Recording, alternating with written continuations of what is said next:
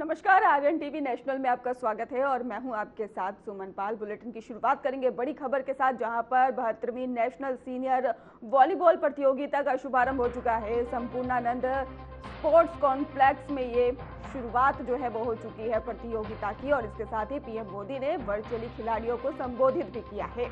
तो बड़ी अपडेट, जहां पर सीएम योगी और डिप्टी सीएम ब्रजेश पाठक मौजूद रहे। प्रतियोगिता में देश भर से आए 1200 से ज्यादा खिलाड़ी हैं।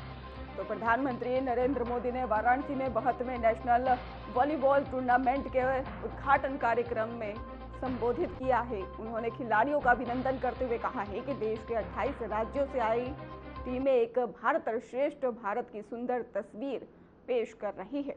पीएम मोदी ने वॉलीबॉल को संकल्प, सहयोग और टीम स्पिरिट का भी खेल बताते हुए कहा कि खेल और राष्ट्र के प्रगति में समानताएं हैं। उन्होंने कहा है कि भारत के आर्थिक और खेल क्षेत्रों में लगातार उन्नति हो रही है और नए स्पोर्ट्स इंफ्रास्ट्रक्चर के काशी के युवाओं को फायदा भी इससे मिल रहा है। तो वहीं पर दूसरी ओर सीएम योगी ने कहा कि पिछले 11 सालों में हमने पूरे भारत का विकास देखा है।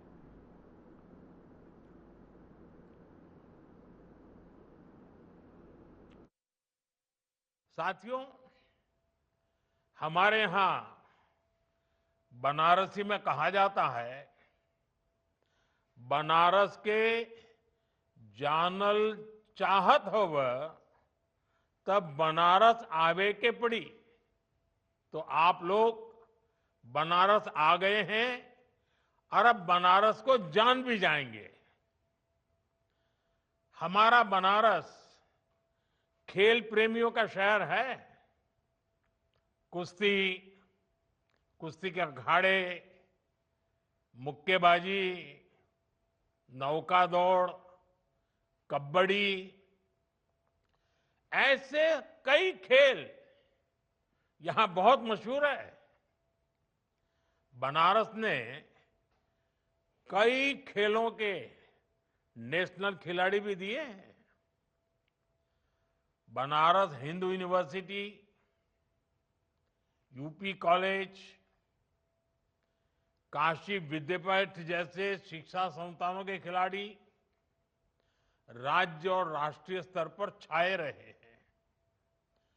और काशी तो हजारों वर्षों से उन सब का सत्कार करती आई है जो ज्ञान और कला की साधना के लिए यहां जाते हैं।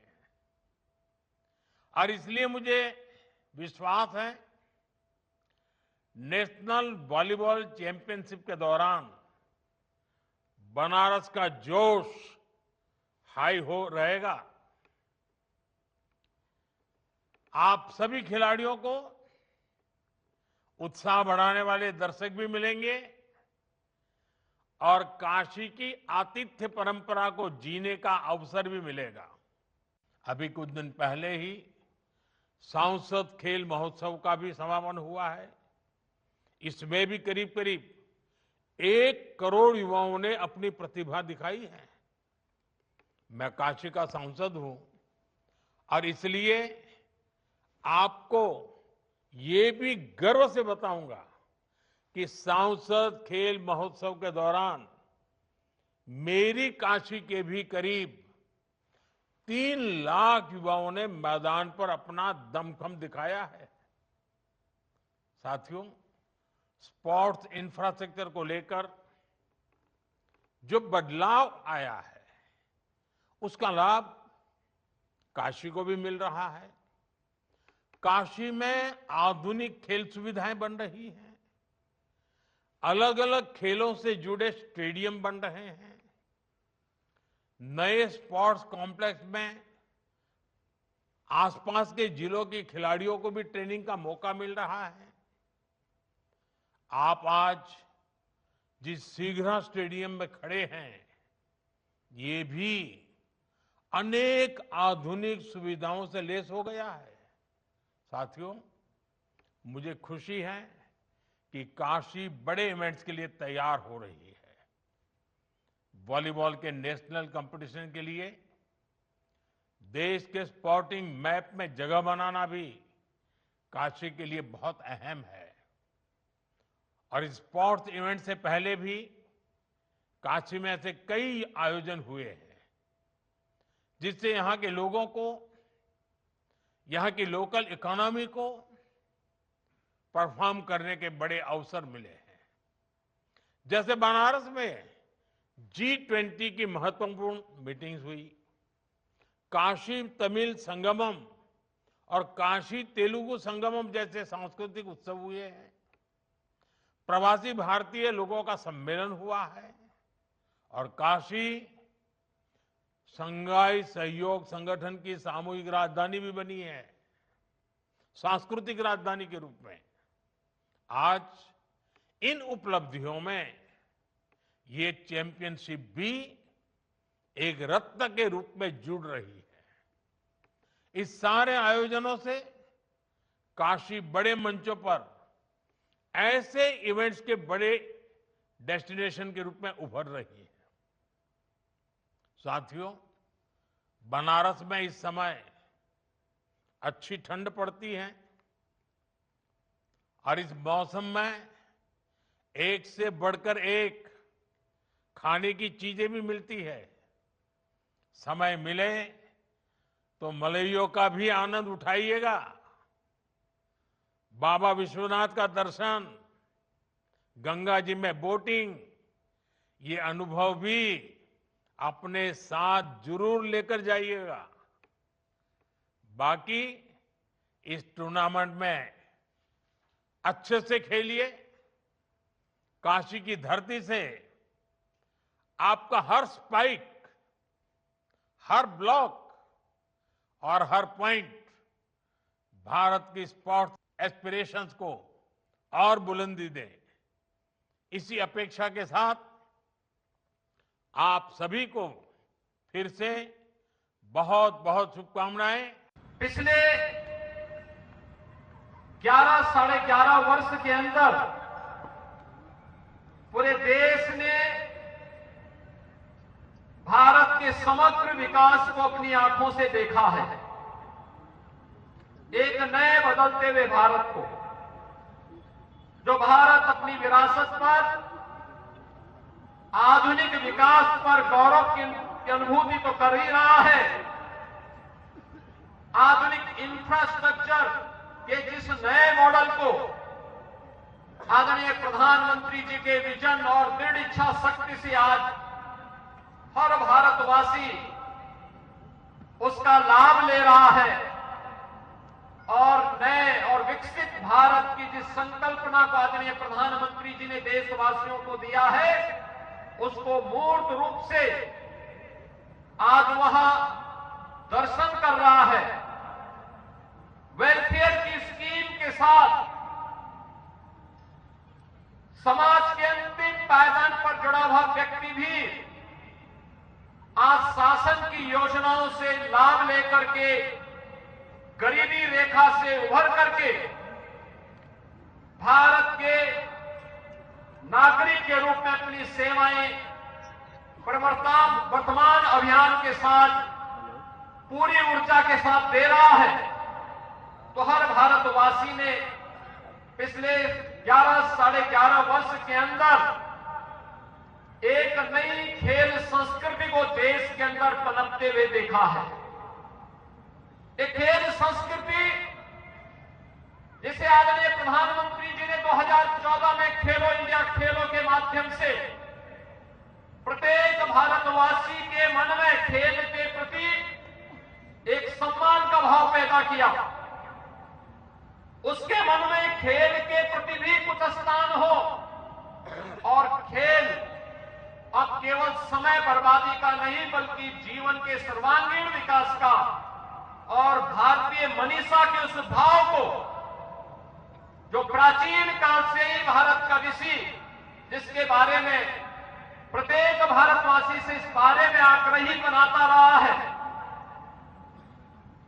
कि जीवन में सफलता के लिए जो जीवन के विभिन्न अंग हैं, उनमें एक स्वस्थ शरीर से ही जीवन के सभी आयाम प्राप्त किए जा सकते हैं।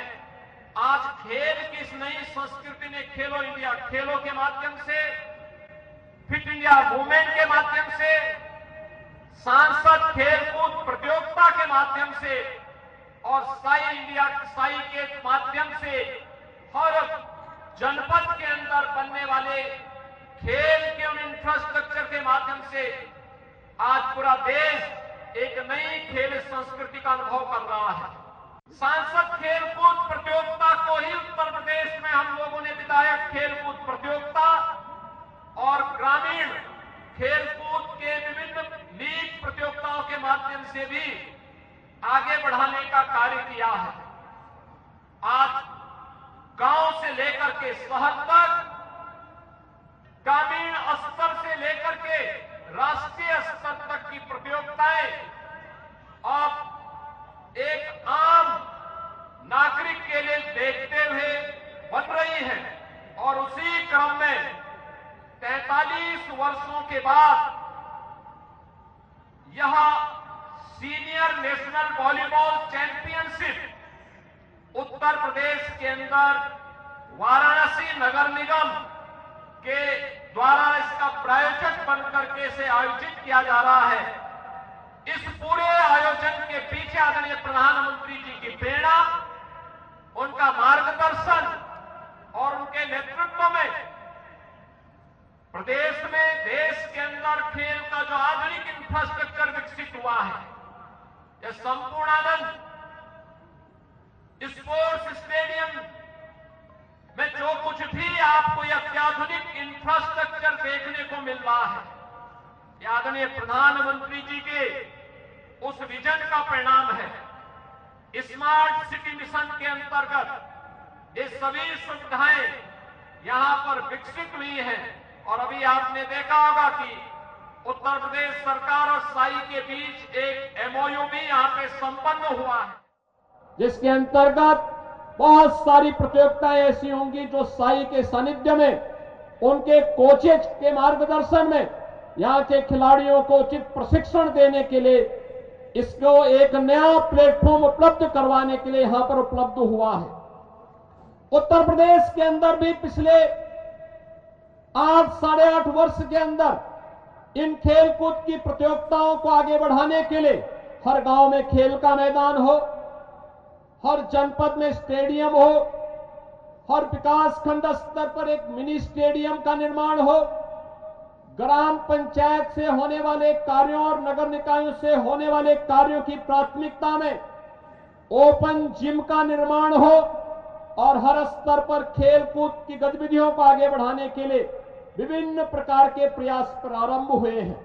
आज उसी का परिणाम है कि देश स्तर पर ओलंपिक में, कॉमनवेल्थ गेम्स में और इंटरनेशनल वर्ल्ड चैंपियनशिप की प्रतियोगिताओं में आज हमारा खिलाड़ी बड़ी संख्या में प्रतिभाग कर रहा है और प्रतिभाग करने के साथ ही आज वह देश के लिए पहले की तुलना में कई गुना ज्यादा मेडल भी प्राप्त कर रहा है।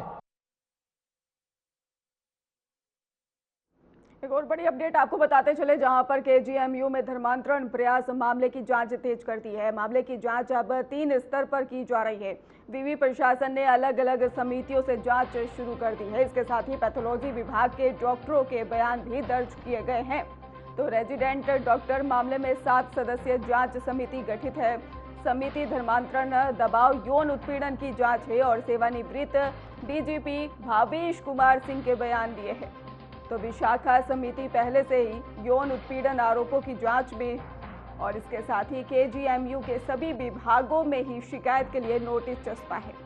तो केजीएमयू में धर्मांतरण प्रयास और यौन उत्पीड़न के आरोपों की जांच और भी ज्यादा तेज कर दिया गया है। विश्वविद्यालय प्रशासन ने इस मामले की जांच 3 स्तरों पर शुरू कर दी है। इसमें पैथोलॉजी विभाग के डॉक्टरों के बयान भी दर्ज किए गए हैं। इसके साथ ही आपको बताते चले कि रेजिडेंट डॉक्टरों के मामले की जांच के लिए 7 सदस्यीय समिति गठित की गई है, जो धर्मांतरण, दबाव और यौन उत्पीड़न के आरोपों की जांच करेगी।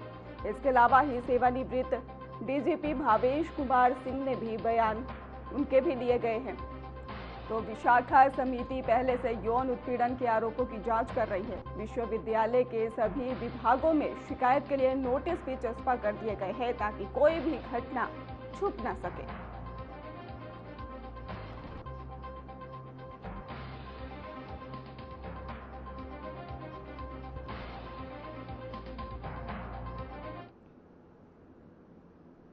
चलिए रुक करते हैं अगली खबर की ओर, जहां पर प्रयागराज में चल रहे माघ मेले में मुसलमानों की एंट्री पर पाबंदी की मांग को लेकर ऑल इंडिया मुस्लिम समाज के राष्ट्रीय अध्यक्ष मौलाना साहबुद्दीन रजवी बरेलवी ने कड़ी प्रतिक्रिया दी है। उन्होंने साफ तौर पर कहा है कि मेले और त्यौहार इंसानियत, भाईचारे और मोहब्बत का पैगाम देते हैं, न कि नफरत का। मौलाना ने साधु संतों से समाज को जोड़ने, प्यार और सौहार्द बढ़ाने की अपील की है और ऐसी बातों को समाज को तोड़ने वाला भी बताया। प्रयागराज में माघ मेले की शुरुआत होने जा रही है और ये जो मेले हैं ये कल्चर, तहजीब, तमद्दुन को बढ़ावा देने वाले हैं और इन मेलों से इंसानियत का पैगाम जाता है, ये मानवता को बढ़ावा देते हैं। मगर एक अजीब तमाशा बन गया है कि हर त्यौहार के मौके पे, हर मेले में कुछ न कुछ साधु संत इस तरह की बात कहते हैं जिससे देश में नफरत फैलती है। अब जो माघ मेले की शुरुआत हो रही है उसमें बैठक करके साधु संतों ने कहा कि इसमें मुसलमानों की एंट्री को बैन किया जाएगा, कोई भी मुसलमान इसमें शरीक नहीं होगा। तो ये इंसानियत के खिलाफ है ये बातें, और इस तरह की बातें करना समाज को तोड़ने वाली बातें हैं।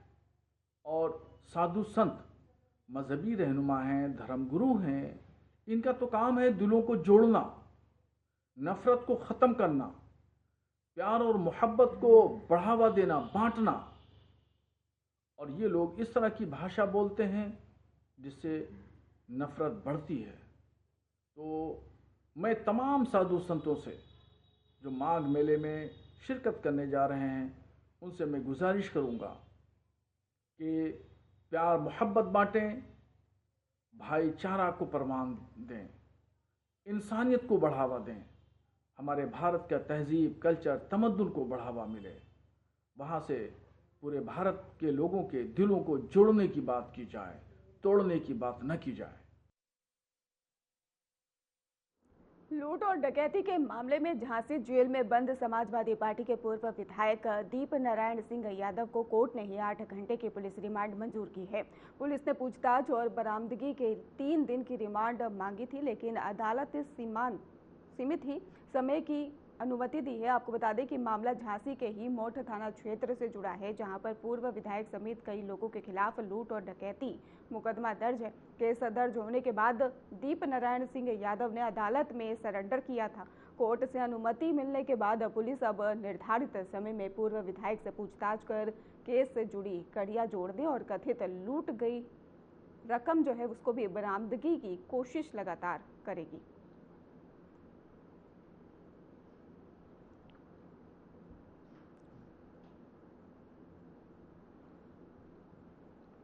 नॉलेज पार्क थाना क्षेत्र में मौजूद गर्ल्स हॉस्टल के बाहर कार सवार दबंगों ने जमकर हंगामा मचाया है। आपको बता दें, दबंगों ने हॉस्टल के बाहर खड़ी एक कार को लाठी डंडों से तोड़ दिया और बीच सड़क पर गाली गलौज करते नजर आए।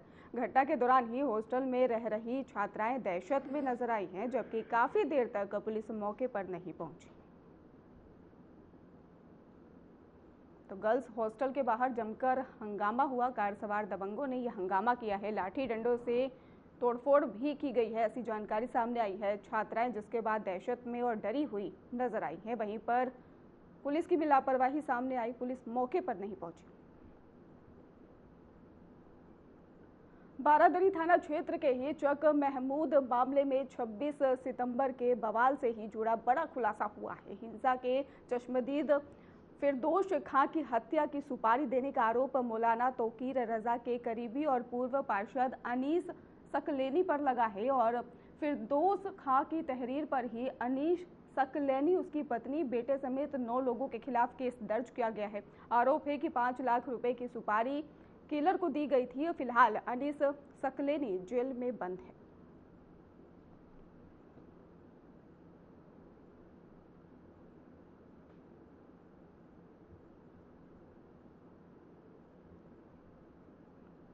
भोजपुरी सिंगर नेहा सिंह राठौर अपने खिलाफ दर्ज केस के सिलसिले में हजरतगंज पुलिस स्टेशन पहुंची। उनके पति हिमांशु सिंह राठौर ने स्पष्ट किया है कि नेहा को गिरफ्तार नहीं किया गया है और वे नोटिस के तहत ही स्वेच्छा और थाने के आई हैं। और उन्होंने ये भी कहा है कि पहले नोटिस के समय नेहा की तबीयत खराब थी, जबकि अब स्वास्थ्य ठीक होने पर ही वे जांच में पूरा सहयोग कर रही हैं।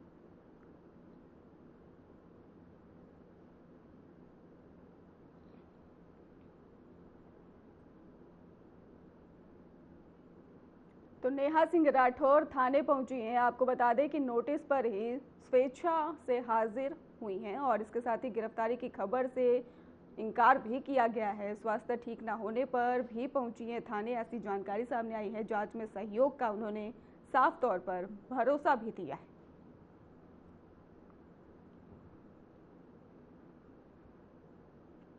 बिजनौर के थाना सोहारा क्षेत्र में अज्ञात बदमाशों ने एक किसान की गोली मारकर हत्या कर दी और शव को आम बताया जा रहा है कि आम के बाग में ही फेंककर फरार हो गए। घटना से इलाके में सनसनी फैल गई है, जबकि परिजनों का रो रो कर बुरा हाल है। जानकारी के अनुसार ग्राम हल्दुआ माफी निवासी किसान गन्ना सेंटर से ट्रैक्टर ट्रॉली से लौट रहा था और इसी दौरान ही बदमाशों ने वारदात को अंजाम दिया। सूचना पर मौके पर पहुंची एसपी अभिषेक ने घटनास्थल का निरीक्षण किया और इसके साथ ही 3 टीमों का गठन कर जल्द खुलासे के भी निर्देश दे दिए हैं।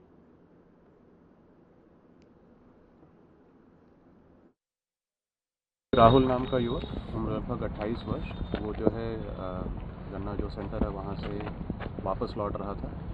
उस समय जो है उसकी हत्या के संबंध में एक सूचना मिली, जिस पर तत्काल जो है सभी ऑफिसर्स द्वारा मौके पर घटनास्थल का निरीक्षण किया गया। परिजनों से वार्ता करके उनके साथ बॉडी को पोस्टमार्टम के लिए भिजवाया गया है और ऐसा लग रहा है जैसे कि गोली मारकर उसकी हत्या की गई। तत्काल इस घटना के अनावरण के लिए अभी जो है मल्टीपल टीम्स लगाई गई हैं और यथाशीघ्र घटना का अनावरण किया जाएगा। अब इस पर क्या कार्रवाई की जाएगी? अभी 3 टीमें इस पर लगाई गई हैं और यथाशीघ्र घटना का अनावरण किया जाएगा। जनपद बिजनौर के थाना सिवारा क्षेत्र में किसान के अज्ञात बदमाशों ने गोली मारकर हत्या कर दी। बताया गया है कि किसान सेंटर पर से गन्ना डालकर ट्रैक्टर ट्राली से वापस घर लौट रहा था। इसी दौरान अज्ञात बदमाशों ने आम के बाग में उसकी गोली मारकर हत्या कर दी। तो वहीं किसान की हत्या से इलाके में सनसनी फैल गई और परिजनों का रो रो कर बुरा हाल है। सूचना के बाद पहुंची स्थानीय पुलिस ने घटनास्थल का निरीक्षण किया है। देखा गया कि एसपी अभिषेक भी घटनास्थल पहुंचे हैं और घटनास्थल का निरीक्षण कर उन्होंने 3 टीमों का गठन किया है ताकि जल्द ही घटना का खुलासा किया जा सके। अभी देखा गया कि स्थानीय पुलिस मामले की जांच पड़ताल में जुटी हुई है और किसान के शव को कब्जे में लेकर पोस्टमार्टम के लिए जिला अस्पताल बिजनौर भिजवा दिया है। मारन टीवी नेशनल के लिए प्रीतम सिंह, बिजनौर।